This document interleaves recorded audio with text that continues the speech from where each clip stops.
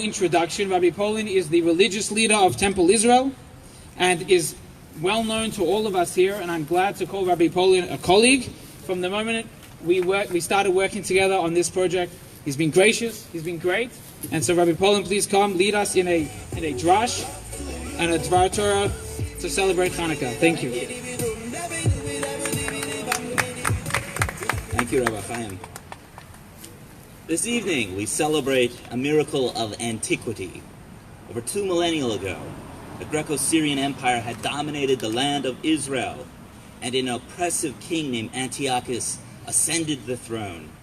Antiochus outlawed Jewish worship, circumcision, dietary laws, and Jewish learning. Against all odds, a Jewish army, the Maccabees, they organized a defensive. During the war, supply chains were interrupted into Jerusalem, and the Holy Temple risked running out of oil. One night of oil lasted 8 nights until new oil could be provided. The sanctity of Jerusalem was guarded. I've set the stage of antiquity for ourselves so that dramatically and traumatically we may be able to relate to the story of Hanukkah. Today it feels as though we are in the throes of our own history once again. We have all endured a national supply chain meltdown, and in some ways COVID-19 has had an oppressive effect on our lives. Again, as in antiquity, we need a miracle to guide us forward. And what could that miracle be? How can we as humanity persevere against the odds before us? Remember months ago, the shortages of simple items such as Kleenex or toilet paper. It was a horrifying moment in our lives. However, something happened in those months. A switch was turned on for many of us. A flicker of a flame was ignited in our souls.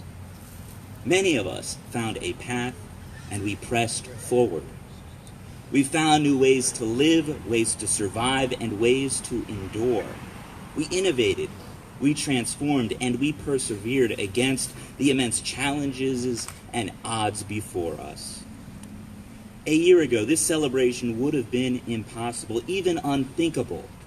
But despite the challenges and the necessary restrictions before us, Jewish communities across the world still found ways to celebrate the holiday. We connected over Zoom, we FaceTimed, and we took our many large gatherings outdoors. We found ways to connect and adapt to the circumstances. Our blessed holiday of Hanukkah came and went, but it was still celebrated. The candles of our menorah, they remained lit. We had already persevered under much worse circumstances and kept the candles of our faith alive, our menorah lit. Eli Wiesel of blessed memory once said, "Even in darkness it is possible to create light and to encourage compassion. It is possible to feel free even inside of a prison. That even in exile, friendship exists and can become an anchor." For many of us, this past year alone, it has been a chapter of darkness. But the flickering flames of our tradition, our community and faith, they've stayed alive. With the passing of every day, the embers of our faith, they grow and glow, more boldly weathering the tribulations before us. For 8 days of Hanukkah, we recall not a single miracle that delivered us from freedom, but instead a persistence that lasted day after day, which grew stronger with every passing moment. Our weathered persistence will guide us forward in the years ahead. We will continue to find ways to innovate, to celebrate, and to be with one another. Although the passing of time has wrought great destruction in this past year, our faith is that we will come out stronger on the other side. Our flames of faith will never be extinguished.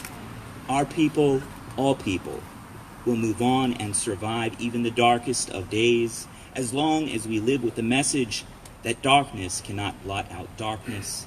Only light can do that, from Martin Luther King. Our holiday of Hanukkah affirms these messages. Hanukkah is about inviting light into this world. Our world may otherwise look very dark at times. And it is no stretch of the imagination that this year has had those moments. However, Hanukkah is a celebration of kindred spirits, of universal brotherhood and perseverance, of religion and freedom of faith. Our predecessors fought for these rights, and we affirm them today in our celebration.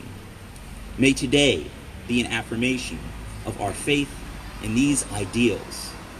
May the celebration in the next few days and the festival of Hanukkah be a guide for us. May we find comfort in the miracles of our ancestors and live with honor. May we relive the miracles of our people in the week ahead. Ken Yehi Ratzon, may it be God's will. Amen.